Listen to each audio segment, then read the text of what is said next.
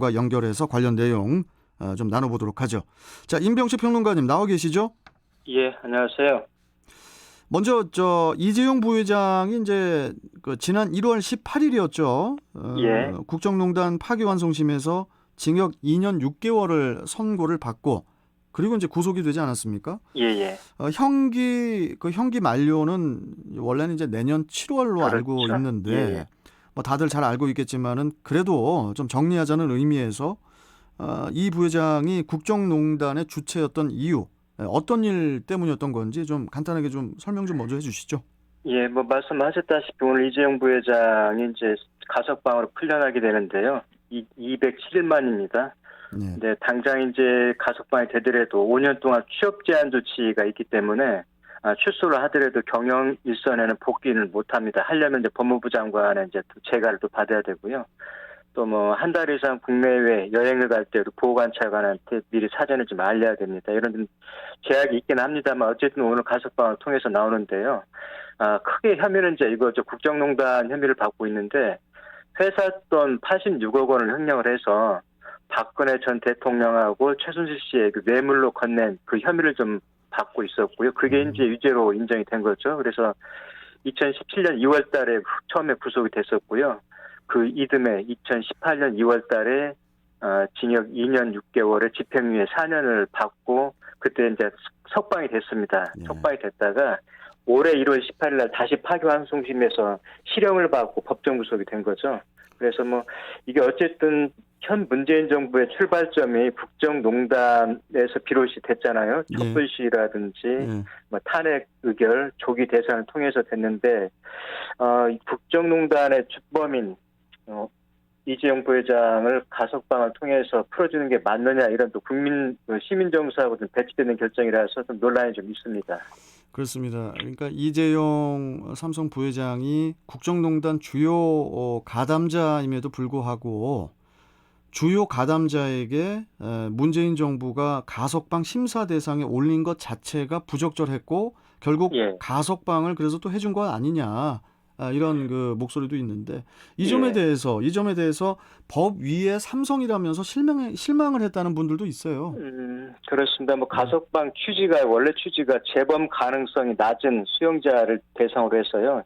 형이 3분의 2 이상 살은 사람들을 조기에 사회복귀를 하라 그런 취지에서 해주는 건데 그런 취지에도 실은 맞지가 않는 거죠. 이재용 부회장 같은 경우는요.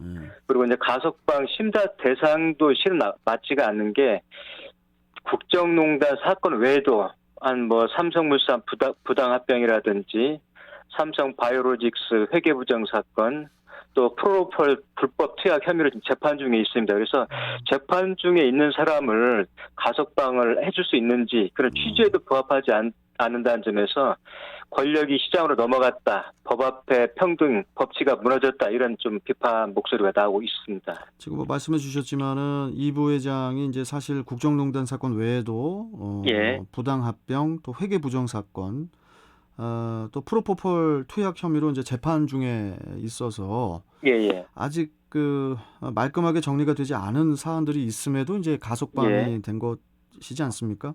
그렇죠. 그러니까 결국 그 다른 혐의도 자연스럽게 묻히게 되는 것 아니냐 이런 우려의 목소리도 있어요. 그럴 가능성이 좀 없지 않아 있는 게요. 지금 가석방을 끌어낼 때도 굉장히 여론전이 좀 있었잖아요. 예. 뭐 보수 언론을 중심으로 해서 또 재계라든지 그런 뭐 압박을 견디지 못해서 결국 문재인 정부가 가석방을 결정을 했는데 남은 재판도 당연히 그런 여론의 영향을 받을 수밖에 없겠죠. 특히 이제 구속되지 않고 나와 있기 때문에 좀 더 그럴 가능성이 높은 건 사실이고요. 그런데 말씀하셨듯이 그 삼성 회계 부정이라든지 뭐 그 불법 부당 합병 같은 경우는 불법으로 경영 승계를 위한 거라서 굉장히 좀 사안이 크거든요. 그래서 이런 사안에 이게 영향을 받지 않아야 되는데 만약에 그랬을 때 또 국민들을 감정에 다시 한 번 더 불을 지피지 않을까 그런 우려가 좀 없지 않아 있습니다. 자, 여기서 잠깐요. 임 평론가님. 예. 가석방 심사 기준 이번에 완화에 대해서도 좀 이야기를 해봐야 될 것 같은데. 예. 기존의 그 가석방 허가 기준은 어떻게 됐었고, 또 법무부에서는 이 바뀐 지침을 7월 심사부터 적용을 했고, 예, 그렇기 예. 때문에 이제 이재용 부회장이 포함이 될 수가 있었고 그렇습니다. 결과적으로 이제 논란이 일게 된 이유가 됐던 거지 않습니까? 뭐 이제 언론을 접하신 분들은 아시겠습니다. 맞춤형 가석방이라고 계속 언론에서 이제 비판을 하고 네, 있는데요. 맞춤형 그런 가석방이요. 의심을 살 수밖에 없습니다. 왜 그러냐면요. 형법상 가석방은요, 형기의 3분의 1 이상을 복역을 하면 가능합니다. 원칙은요. 그렇지만 실무상으로는 형기 한 80% 이상을 복역을 해야 심사 대상이 되거든요. 그러니까 예. 제가 예를 들어서 1년형을 받았다면은 80%면 한 10개월 정도 아마 살아야 이제 그런 대상이 좀 되는 거죠. 예. 그런데 법무부가요, 올해 4월 달에 가석방 심사 기준을 대폭 완화를 했습니다. 80%에서 60%로 20%를 떨어뜨린 거죠. 예. 그러고 나서 7월 달에 이재용 부회장 같은 경우는 그 기준을 좀 채우게 된 거죠. 그러고 8월 9일 날 가석방 결정을 한 겁니다. 예. 그러니까 이게 누가 보더라도 정부는 아니라고 하지만은 이재용 부회장 혼자를 위해서 어떻게 보면 맞춤형 가석방이 아니느냐 이런 좀 오해를 좀 받는 거고요. 특히 이제 사면을 정부는 안 해줬다고 이렇게 좀 뭐 그걸 얘기를 하는데 예. 물론 물론 사면을 안 하고 가석방을 통해서 그 형식으로 하긴 했지만은 뭐 편법이라는 점에서 여러 시민단체라든지 뭐 비판을 좀 하고 있는 거죠. 그래서 하여튼 뭐 문재인 대통령은 사면을 하지 않음으로써 정치적인 부담은 피해갔지만은 가석방이라는 꼼수를 부렸다 이런 비판이 좀 직면해 있습니다. 뭐 사실 이재용 부회장의 사면론 같은 경우에 뭐 이미 오래전부터 그렇죠. 뭐 제기라든지 또 보수 언론을 중심으로 사면론이 또 이제 제기가 돼 왔지 않습니까? 예. 뭐 사실 그 4월 28일이었죠. 그 삼성의 그렇죠. 이건희 전 회장 그 상속세 납부 예. 그리고 이제 미술품 기부 예. 이런 그 사회 환원 계획을 발표를 하면서 더 이렇게 또 급부상했던 그런 원인도 있는 것 같아요. 그렇죠. 이런 게 이제 뭐 꼭 그 오이밭에 가서 신발끈 고쳐 매지 말고 배밭에 가서 뭐 가끔 고쳐 매지 말라는 속담이 있는데 예. 오해를 살 수밖에 없는 게 이게 가만히 보시면 알지만은 어떤 좀 아주 정교하게 좀 짠 것 같은 좀 느낌이 들어요. 예. 작년 5월 달에 이제 이재용 부회장이 이제 대국민 사과를 하죠. 뭐 그리고 올해 들어서는 뭐 작년이죠. 작년 올해 초 뭐 2030년까지 시스템 반도체 분야에다가 171조를 투자를 하겠다. 이게 지금 문재인 정부가 가고 있는 반도체 시장에서 어떤 그 경쟁력을 강화하는 취지거든요. 그래서 정부 취지에 좀 부응하는 그런 투자 사업 계획을 발표를 한 바가 있고요. 또 한미 정상회담 직후에 바이든 대통령을 향해서 미국에다가 170억 달러 규모의 바운드리 반도체 위탁 생산을 하겠다는 투자 계획도 좀 발표를 했거든요. 그리고 4월 달에 이제 이건희 컬렉션이라고 그래가지고 한 2만 3천 점, 뭐 돈으로 환산을 할 수는 없습니다만 대략 한 1조 6천억에서 2조 정도 된다고 그래요. 이런 것들이 이재용 가석방을 위한 또는 사면을 위한 어떤 사전 포석이지 않았느냐 이런 또 이해를 좀 하고 있는 거고요. 네. 또 보수 언론도 여기에 맞춰가지고 일제히 뭐 총수 부재론에 따른 삼성의 위기라든지 그래서 이재용 부회장 역할론을 계속 강조를 해왔던 거죠. 그래서 뭐 이런 것들이 뭐 공교롭게도 좀 맞물려 있습니다. 뭐 유전무죄, 무전 유죄라는 일각의 뭐 평가도 있는데 어떻게 이번 그 가석방을 우리들이 또 이해를 하고 평가를 해야 할지 좀 더 지켜봐야 될 것 같고요. 예. 자, 오늘 말씀은 좀 여기까지 듣고요, 임평동관님. 예. 또 다음 시간에 또 아니군요. 시간이 저는 지금 시간이 금방 한 16분에 마무리를 해야 되는 줄 알고 제가 저 임평동관님께 제가 실수했네요. 아닙니다. 괜찮습니까? 예. 지금 다음 질문으로 좀 이어가 볼게요. 정경유착이라는 이야기들이 좀 또 오가고 있거든요. 그렇죠. 이 부분은 임평동관님께서는 어떻게 생각하십니까? 이게 뭐 매년 우리가 아마 재벌 중심으로 경제 구조가 짜지다 보니까 매번 재벌 총수들이 구속되고 어떤 갖가지 부조리로 그럴 때마다 이게 계속 반복적으로 벌어져서 우리 국민들 눈에는 굉장히 좀 부정의로 보이는 거죠. 참여연대 같은 경우도 당장 재벌 총수에 대한 특혜다, 사법정의에 대한 사망 선고다 하면서 특히 이제 앞서 말씀하셨듯이 무전유죄, 유전무죄를 다시 한번 인식시키는 그런 거다 이렇게 좀 비판을 좀 했었고요. 특히 이제 문재인 대통령께서 후보 시절에 예. 재벌 총수들 사면권을 제한하겠다고 공약도 한 바가 있거든요. 그런데 이제 국민 공감대 운운하면서 법무부 장관에게 가석방 형태로 좀 떠넘겼는데 예. 그런 부분에 책임지고 사과하라 또 이렇게 주장하는 또 시민단체도 있습니다. 경제개혁연대 같은 경우는 또 이런 주장을 했어요.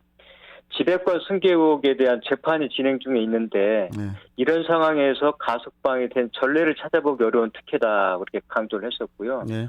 민주사회를 위한 변호사 모임이라고 민변이라고 흔히 그러죠. 예. 민변도 역시 그 부분을 지적을 했거든요. 중대범죄에 대한 재판이 진행 중인 상황에서 가석방은 선례가 없었다. 특히 검찰이 동의하지 않는데도 이것을 무시하고 가석방을 허가했는데 이것은 특혜이고 나아가서 사법제도의 공정성을 해치는 거다 이렇게 얘기를 했는데 아마 우리 국민들을 정서도 이와 크게 다르지 않을 거라고 좀 보고 있습니다. 일단 뭐 이에 대해서 더불어민주당의 그 대선 주자들은 또 이번에 좀 엇갈린 입장을 내놓고 있어요. 예, 박용진 그리고 이제 김두관 후보는 공정성을 이유로 강하게 반발을 한 반면에 예. 정세균 후보는 법무부 결정을 존중한다는 그런 의견을 내놓았고 또 이재명, 이낙연 후보는 뭐 따로 입장을 내지는 않았는데 이처럼 그 대선 주자들이 이렇게 엇갈린 입장을 내놓는 이유 뭐라고 보십니까? 뭐 크게 보면 이거죠. 어쨌든 법무부가 가석방 결정을 했습니다만 이게 법무부 장관 혼자 할 수 있는 게 아니거든요. 굉장히 이슈가 큰 이슈잖아요. 예. 그래서 어쨌든 대통령의 의지가 반영이 된 거다는 게 이제 일반적인 인식인데 대통령이 한 행위에 대해서 이걸 비판하자니 민주당 후보들이 그걸 반박하는 것밖에 안 되잖아요. 그러면 또 친문이라든지 강성 지지층으로부터 비판받을 수밖에 없고, 자 그런 거 그렇다고 해서 또 시민 정서는 이게 그게 아닌데 입을 닫고 있잖아요. 그것도 아니고 그래서 아마 좀 어정쩡한 상태죠. 네, 그런데 이제 박용진, 김두관 같은 경우는 후보 같은 경우는 비교적 뭐 강하게 좀 그 비판적인 발언을 좀 내놨었고요. 예.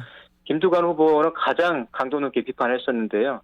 가석방이 결정된 8월 9일 날 이렇게까지 표현을 했어요. 보수 언론 농관하고 대권 후보들의 암묵적인 동의 속에서 한심한 결정을 법무부가 했다면서 오늘은 법무부가 재벌 권력에 무릎을 꿇은 치욕적인 날로 기록될 거다. 같은 정당 안에 있는데도 불구하고 굉장히 강하게 된 거죠. 그러면서 이제 이낙연이라든지 뭐 이재명 후보도 싸잡아서 이제 비판을 했었는데요. 다만 이제 유일하게 정세균 후보만 그분은 어쨌든 경제 쪽에 굉장히 좀 강한 분이잖아요. 본인이 경제 재계에서 임원도 했었고 또 산자부 장관을 역임을 해서 경제 쪽에는 좀 사정이 좀 박은 분이죠. 그러다 보니까 법무부 결정을 존중한다 정도로 이제 메시지를 냈는데요.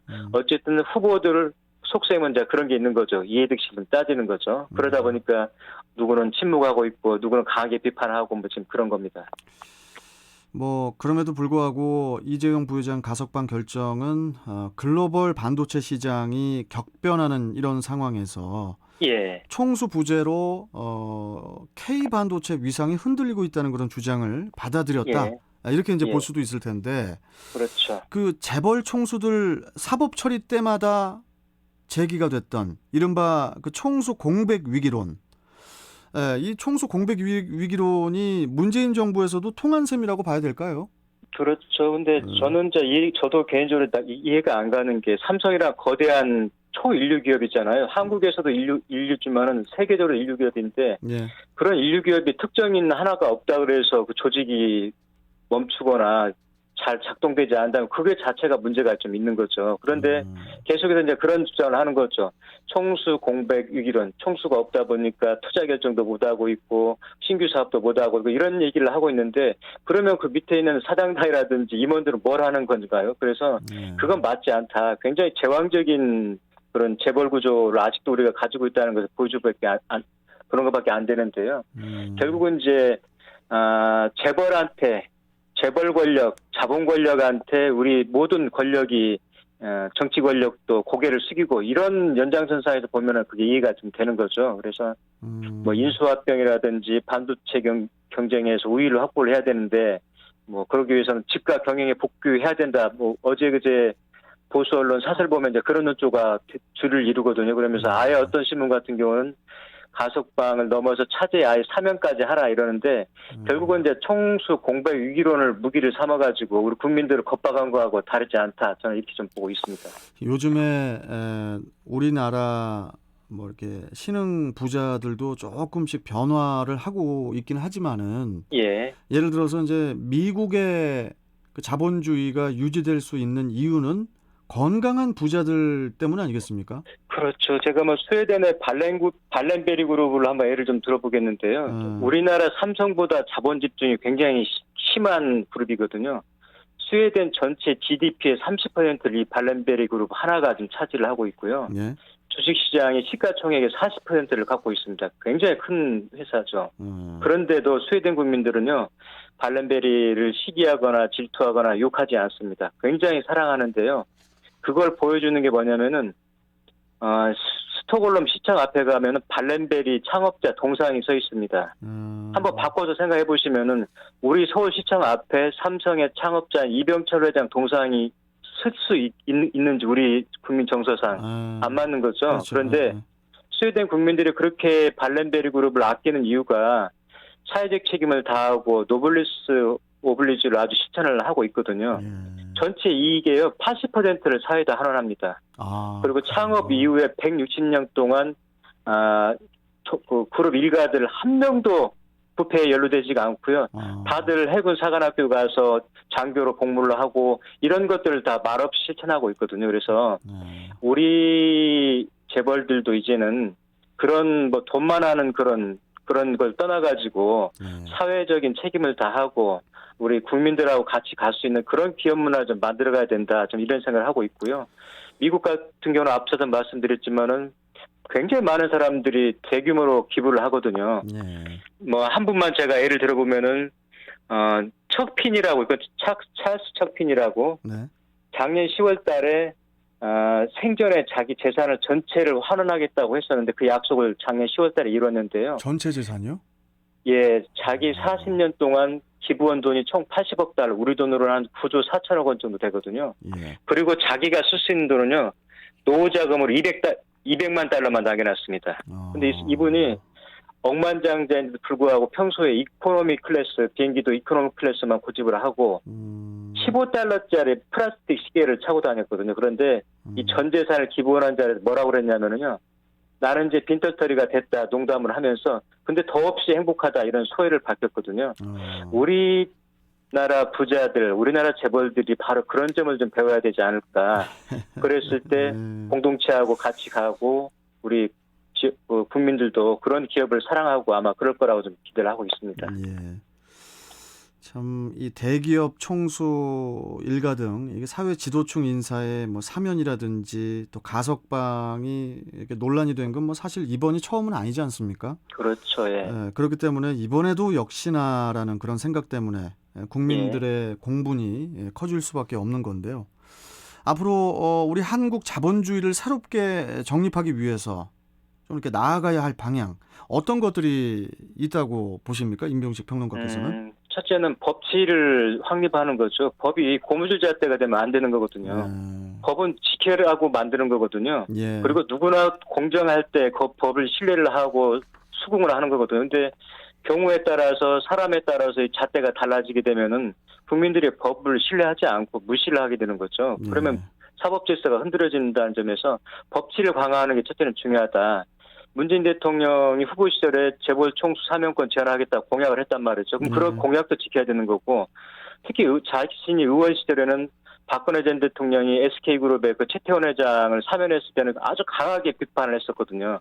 그런데 본인이 뱉었던 또 말하고도 지켜지지 않단 말이죠. 그러다 보면은 정치에 대한 또 불신도 일어난다. 그래서 정치인들이 법을 지키려는 노력을 보여줘야 되는 거고요.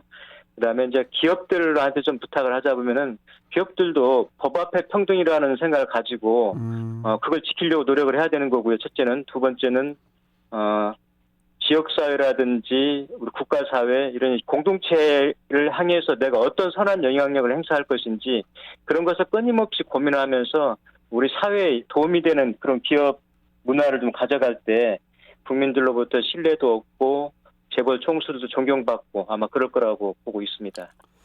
참 언젠가부터 우리가 내로남불 이 단어를 자주 쓰는데요.